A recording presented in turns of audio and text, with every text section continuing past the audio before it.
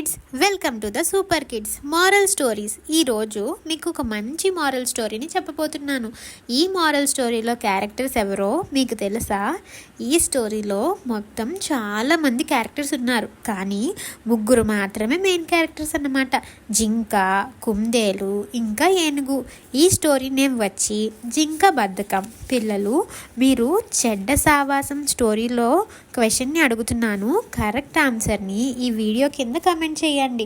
ఒకవేళ వీడియో చూడకపోతే డిస్క్రిప్షన్లో లింక్ ఉంటుంది, ఈ వీడియో చూశాక చూడండి.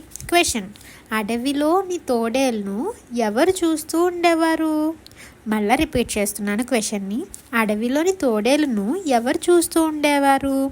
ఇక ఆలస్యం చేయకుండా కథలోకి వెళ్ళిపోదామా?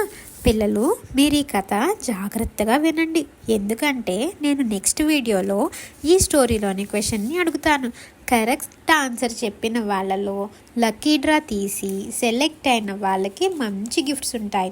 అనగనగా ఒక అడవిలో కొలను వద్ద కుందేలు, జింక కలిసిమెలిసి ఉండేవి. అందులో కుందేలు చాలా చురుకైనది, జింకకు మాత్రం బద్ధకం ఎక్కువని జంతువులన్నీ అంటూ ఉండేవి. కానీ జింక మాత్రం ఆ మాట ఒప్పుకునేదే కాదు. ఏం కాదు, నేను కూడా చాలా చురుకైన దాన్ని అని గొప్పలకు పోయేది.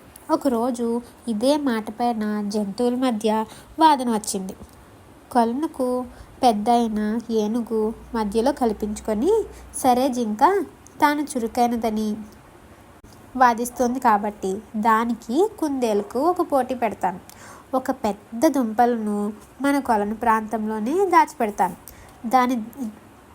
దాన్ని ఇద్దరిలో ఎవరు వెతికి తీసుకొస్తే వారే విజేత.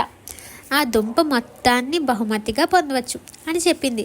దానికి కుందేలు, జింక సరేనన్నాయి. మిగతా జంతువులన్నీ కూడా ఉత్కంఠగా చూస్తూ ఉన్నాయి. పోటీ మొదలు కాగానే కాసేపు గబగబా వెతికి జింకకు అంతలోనే విసుగొచ్చింది. అబ్బా, ఇంత పెద్ద ప్రాంతంలో ఆ దుంపను వెతకటం అంటే కష్టమే, అలసిపోయాను, ముందు విశ్రాంతి తీసుకుంటాను అని ఓ చెట్టు వద్ద కూర్చుండిపోయింది.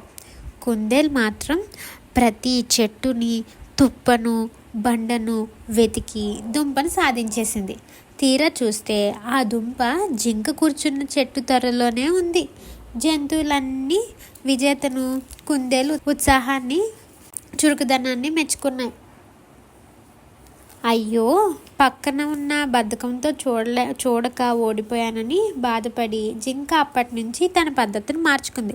పిల్లలు, ఈ స్టోరీలో మోరల్ ఆఫ్ ద స్టోరీ ఏమిటో మీకు అర్థమైందా? నేను చెప్పనా? ఎప్పుడు కూడా బద్ధకంతో మనం ఆగిపోకూడదు. ఎప్పుడు కూడా మనం చాలా చురుకుగా, యాక్టివ్గా ప్రతి పనిలోని ముందుండాలి.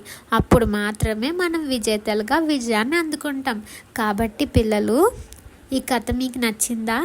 మళ్ళీ నెక్స్ట్ వీడియోతో నేను మళ్ళీ మీ ముందుకు వస్తాను. బాయ్ పిల్లలు. ఈ లోపల ఛానల్ని, మన సూపర్ కిడ్స్ ఛానల్ని లైక్ చేసి, షేర్ చేసి, సబ్స్క్రైబ్ చేయండి. బాయ్ పిల్లలు.